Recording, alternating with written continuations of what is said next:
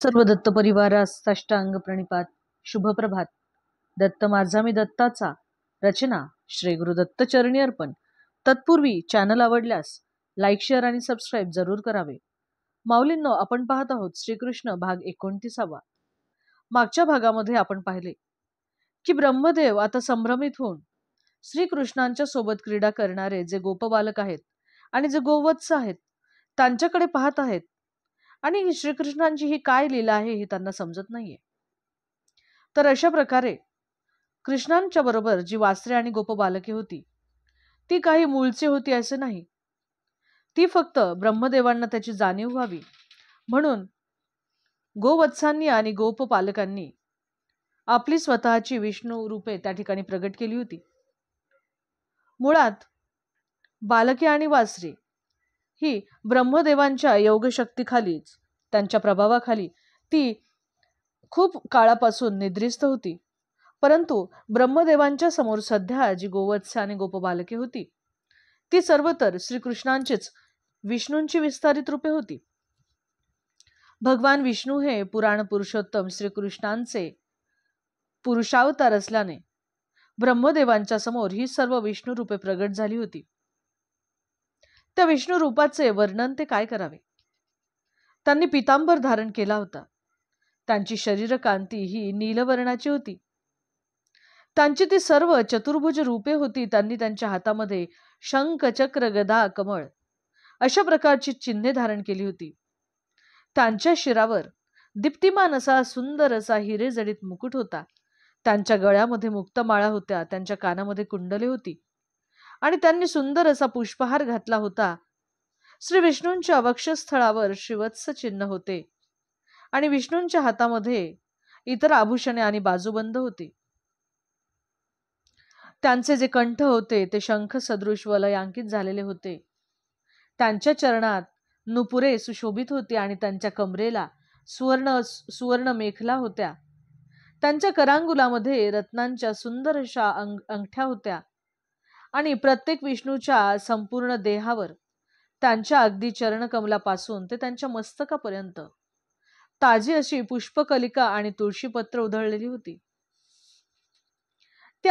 या सर्व विष्णू रूपांचे एक विशेष लक्षण असे होते की ती सर्व जी रूपे होती ती अतिशय सौंदर्य संपन्न होती.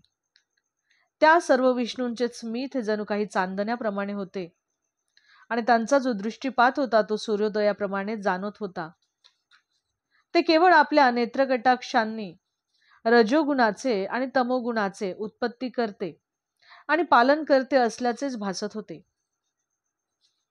भगवान विष्णू हे सत्वगुणाचे अधिपत्य करणारे आहेत. त्याचप्रमाणे ब्रह्मदेव हे सुद्धा रजोगुणाचे आणि महादेव हे तमोगुणाचे अधिपत्य करणारे आहेत. या अखिल विश्वसृजनातील सर्व गोष्टींचे पालन पोषण करणारे भगवान विष्णू हे ब्रह्मदेवाचे आणि शिवांचे देखील पालन पोषण आणि उत्पत्ती करतेच आहेत. या विष्णू रूपाच्या नंतर ब्रह्मदेवांनी तिथे पाहिले की आपल्यासारखेच अनेक ब्रह्मदेव, अनेक शिव, अनेक देवदेवता, मुंगीपर्यंतचे नगण्य सर्व जीव, सर्व शूद्र तृणापर्यंतची अखिल चराचर सृष्टीच जणू काही भगवान विष्णूंच्या भोवती गिरट्या घालत होती, नृत्य करत होती असेच ब्रह्मदेवांना जाणवत होते.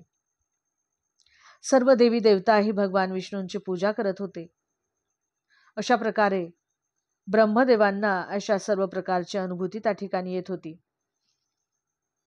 आपल्याला माहीतच आहे की योग्यांना तसेच देवी देवतांना ह्या अनेक प्रकारच्या सिद्धी प्राप्त झालेल्या असतात.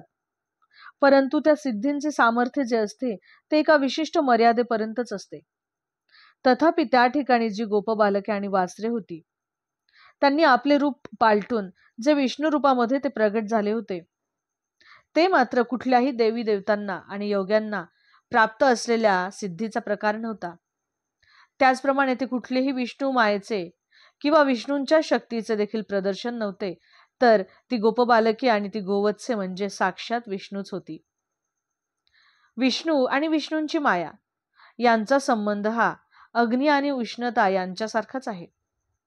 ज्याप्रमाणे उष्णतेमध्ये अग्नीचा उष्मा असतो त्याचप्रमाणे उष्णता म्हणजे अग्नी होत नाही, तशीच विष्णुरूपे ही सुद्धा काही अग्नीच्या उष्णतेप्रमाणे नव्हती, तर ती साक्षात अग्निप्रमाणे अर्थात प्रत्यक्षात भगवान विष्णूच होती. भगवान विष्णू हे सच्चिदानंद पूर्णच आहेत. दुसरे उदाहरण म्हणजे वेगवेगळ्या वस्तूंची जी प्रतिबिंबे असतात. उदाहरणार्थ आपण बघतो की अनेक जलपात्रांमध्ये सूर्याची वेगवेगळ्या ठिकाणी प्रतिबिंबे पडलेली असतात, परंतु ती प्रतिबिंब म्हणजे काही सूर्य होत नाही. त्या प्रतिबिंबापासून आपल्याला काही खरा प्रकाश किंवा उष्णता मिळत नाही. मात्र भगवान कृष्णांनी घेतलेली ही जी सगळी काही विष्णूंची रूपे होती, तो जर संदर्भ आपण पाहिला तर ही जी रूपे होती ती ज्ञानमय, अनंत, सत्य आणि आनंदमय अशीच होती. हा सर्व प्रकार पाहताना इकडे ब्रह्मदेव मात्र अतिशय खजील होऊन ते तिथेच तिष्ठत उभे राहिले होते. त्यांना आता एका गोष्टीची अनुभूती होऊ लागली, ती म्हणजे की आपण देखील ही जी काही भौतिक शक्ती आहे यांच्या हातातील आपण सुद्धा एक कठपुतलीच आहोत. आपल्याला साधे स्वतंत्रपणे नाचण्याचे सामर्थ्य देखील नाही. हा जो काही खेळ आहे तो खेळ करणारा जो मालक आहे, त्या मालकाच्याच आदेशाने आपण सर्व काही करतोय, आपण नाचत असतो. त्याचप्रमाणे ही जे सर्व अखिल जीव मात्र आहेत, सर्व देवी देवता आहेत, त्या सुद्धा या पूर्ण पुरुषोत्तम भगवानांच्याच अधीन आहेत. एकमात्र श्रीकृष्णच खरे आहेत आणि इतर जे सगळे दिसते आहेत ते श्रीकृष्णांचे दास आहेत. भगवान श्रीकृष्ण हे स्वतःला गोवत्सांमध्ये आणि गोपालकांमध्ये रूपांतरित करत होते. पण या अशा सर्व गोष्टी कशा काय घडू शकतात हे समजण्यासाठी मात्र इकडे ब्रह्मदेव असमर्थ झाले होते. आणि भगवान श्रीकृष्णांना ब्रह्मदेवाची दया आली आणि त्यांनी आपले पूर्ण विष्णुरूप तेथे प्रगट केले आणि ब्रह्मदेवांच्या नजरेसमोरचे योगमायेचे आवरण भगवंतांनी दूर केले. भगवद्गीतेत म्हटले आहे की योगमायेच्या आवरणामुळे परमेश्वर हा आवृत्त असल्याने देखील तो सामान्य नजरेला कधीच दृश्य होत नाही.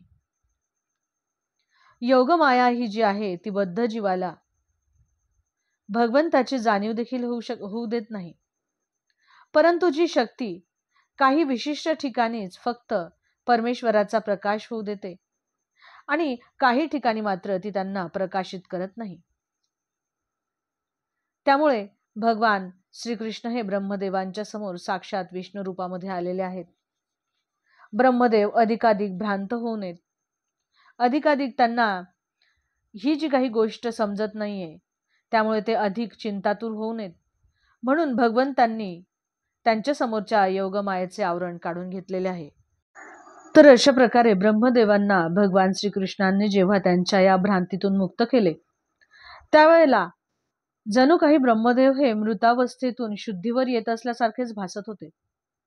ब्रह्मदेव आपले नेत्र मोठ्या कष्टाने उघडण्याचा प्रयत्न करू लागले आणि अशा पद्धतीने ब्रह्मदेव हे त्यांच्या सामान्य नेत्रांनी हे बाह्य जगत पाहण्याचा प्रयत्न करू शकले. ते जेव्हा शुद्धीवर आले त्यावेळेला त्यांच्या सभोवती वृंदावनाचे अतिशय सुंदर असे मनोहर दृश्य त्यांनी पाहिले. ते सर्व तेथील प्राणीमात्रांना जीवन देणाऱ्या वृक्षवल्लीने व्याप्त होते.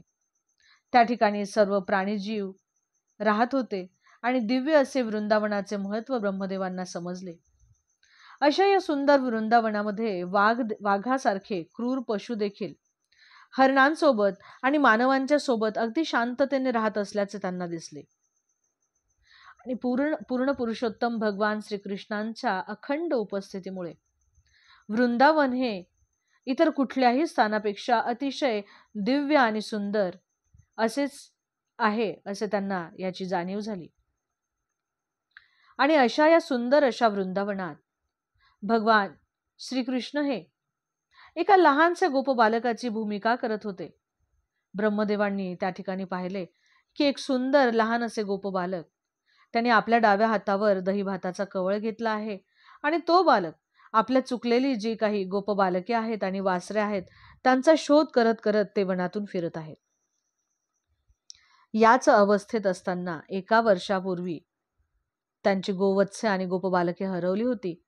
त्यावेळेला ते गोपबालक याच अवस्थेत होते आणि अशाच पद्धतीने ते सर्वांचा शोध करत होते. ब्रह्मदेवानी हे सर्व पाहिले आणि ब्रह्मदेव त्वरित आपल्या हंस वाहनावरून खाली उतरले आणि एखाद्या सुवर्ण दंडाप्रमाणे त्यांनी पूर्ण पुरुषोत्तम भगवानांच्या पुढे साष्टांग दंडवत घातले आहे, लोटांगण घातले आहे. भगवंताला सन्मान अर्पण करण्याची जी कृती असते त्या कृतीलाच आपण दंडवत असं म्हणतो. आणि दंडवत म्हणजे एखाद्या दंडाप्रमाणे लोटांगण घालून परमेश्वराला, भगवान श्रीकृष्णांना प्रणाम करणे होय. प्रत्येकाने श्रेष्ठ भगवत भक्ताला असेच साष्टांग दंडवत घालून साष्टांग प्रणाम करावा. त्याप्रमाणे ब्रह्मदेवांनी भगवान श्रीकृष्णांना आपला सन्मान प्रदर्शित करण्यासाठी भगवान श्रीकृष्णांना त्यांनी तिथे साष्टांग दंडवत केला आहे. ब्रह्मदेवांची जी अंगकांती होती ती सोनेरी होती, त्यामुळे भगवान श्रीकृष्णांच्या समोर एखादा सोन्याचा दंडच जणू काही पडला आहे असेच भासत होते. ब्रह्मदेवांचे चारही मुकुट भगवान श्रीकृष्णांच्या चरणकमळांना स्पर्श करू लागले. ब्रह्मदेव आनंद विभोर झाले होते आणि त्यांच्या नेत्रातून घळघळा अश्रुधारा वाहू लागल्या आणि त्यांनी आपल्या अश्रूंनी भगवान श्रीकृष्णांचे चरणकमळ जणू काही धुतले. भगवान श्रीकृष्णांच्या अद्भुत अशा कृत्यांचे ब्रह्मदेव सतत स्मरण करत होते आणि त्यांना वारंवार प्रणाम करू लागले. अनेक वेळेला प्रणाम केल्यानंतर ब्रह्मदेव उठून उभे राहिले आणि त्यांनी आपल्या हातांनी आपल्या नेत्रातले अश्रू पुसले. भगवान श्रीकृष्णांना समोर बघताच ब्रह्मदेव हे कंपित झाले आणि त्यांनी हात जोडून अतिशय विनयाने आणि आदराने ते पुराण पुरुषोत्तम भगवान श्रीकृष्णांचे स्तवन करू लागले. अवधूत चिंतन श्री गुरुदेव दत्त. दिगंबरा दिगंबरा श्रीपाद वल्लभ दिगंबरा. जय